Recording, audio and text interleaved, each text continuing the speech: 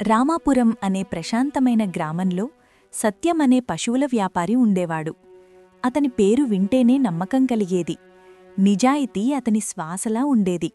మోసం, కల్లాకపటం అతనికి తెలియదు. పశువుల గురించి అతనికి అపారమైన అవగాహన.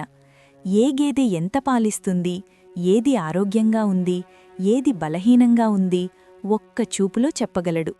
అందుకే ఊరిలో ఎవరైనా పశువులు కొనాలన్నా, అమ్మాలన్నా సత్యాన్నే ఆశ్రయించేవారు. సలహా ఇచ్చినందుకు కొంత పారితోషికం ఇచ్చేవారు. కాని సత్యం ఎప్పుడూ అవసరానికి మించినది ఆశించేవాడు కాదు. ఒకసారి గ్రామంలోని ధనవంతుడైన రైతు ధర్మయ్య కూతురి పెళ్లి నిశ్చయమైంది. వారం రోజుల్లో పెళ్లి. ఏర్పాట్లకు పెద్ద మొత్తం అవసరం. మిత్రుడి దగ్గర అప్పు దొరుకుతుందనుకున్నాడు. కాని చివరి నిమిషంలో ఆ మిత్రుడి చేతులెత్తేశాడు. తప్పనిసరి పరిస్థితుల్లో ధర్మయ్య తన దగ్గరున్న 20 పాడిగేదెలను అమ్మాలని నిర్ణయించాడు. సత్యాన్ని పిలిచి సంతలో అమ్మమని కోరాడు. పెళ్లి విషయం కాబట్టి త్వరగా డబ్బు కావాలి సత్యం అని వేడుకున్నాడు. పెద్ద మొత్తాన్ని పారితోషికంగా ఇస్తానని చెప్పాడు. సత్యం కాదనలేక అంగీకరించాడు. మరుసటి రోజు తెల్లవారుజామునే 20 గేదెలను తోలుకుని అచ్యుతాపురం సంతకు వెళ్లాడు. రోజంతా శ్రమించి 15 గేదెలను మంచి ధరకు అమ్మగలిగాడు. పెద్ద మొత్తంలో డబ్బు చేతికి వచ్చింది. కాని అమ్మకాల్లో మునిగిపోయి చీకటి పడుతున్న విషయం గమనించలేదు. మిగిలిన 5 గేదెలు అమ్ముడుపోలేదు. అచ్యుతాపురంలో తనకు తెలిసినవారు లేరు. అక్కడే ఉండాలన్నా చోటు లేదు. ఆలస్యమైనా ఇంటికి వెళ్లాలని నిర్ణయించాడు. అయితే రామాపురం దారిలో అడవి ఉంది. దొంగల బెడద కూడా ఉంది. సత్యం ఒక క్షణం ఆలోచించాడు. ఈ డబ్బుతో ప్రయాణం ప్రమాదకరం అనుకున్నాడు. వెంటనే ఒక తెలివైన పనిచేశాడు.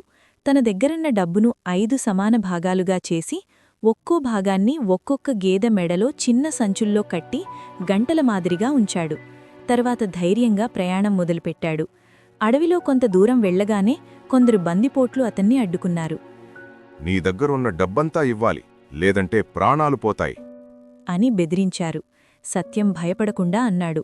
ఈ 5 గేదెలు సంతకు తీసుకెళ్లాను, అమ్ముడుపోలేదు. నా దగ్గర దమ్మిడీ లేదు.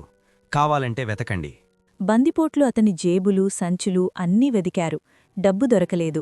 గేదెల మెడలో కట్టిన సంచులను వారు గంటలుగా భావించి పట్టించుకోలేదు. చివరికి అసహనంగా వదిలేశారు.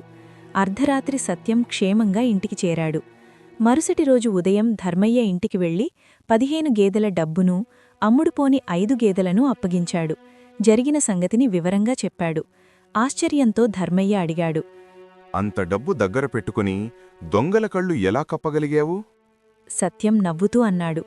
ఆపద ముందే ఊహించి సొమ్మును 5 భాగాలుగా చేసి గేదెల మెడల్లో కట్టాను.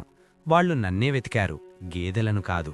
ధర్మయ్య సత్యం తెలివి, నిజాయితీ చూసి ఎంతో మెచ్చుకున్నాడు. మాటిచ్చిన దానికంటే ఎక్కువ పారితోషికం ఇచ్చాడు. ఆ రోజునుంచి సత్యం పేరు మరింతగా మారుమ్రోగింది. నిజాయితీతో పాటు తెలివి ఉంటేనే మనిషి పూర్తవుతాడు అనే నమ్మకం గ్రామస్థులందరికీ కలిగింది. నీతి: సంకటకాలంలో ధైర్యం, ముందుచూపు, తెలివితేటలు మనలను రక్షిస్తాయి. నిజాయితీకి తోడు వివేకం ఉంటే విజయం ఖాయం. ఇలాంటి మంచి నీతి కథలు, మరిన్ని ఆసక్తికరమైన కథలు కోసం మా ఛానల్ను తప్పకుండా సబ్స్క్రైబ్ చేయండి.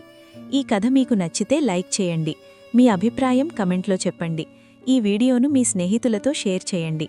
మళ్ళీ మరో మంచి కథతో కలుద్దాం. ధన్యవాదాలు.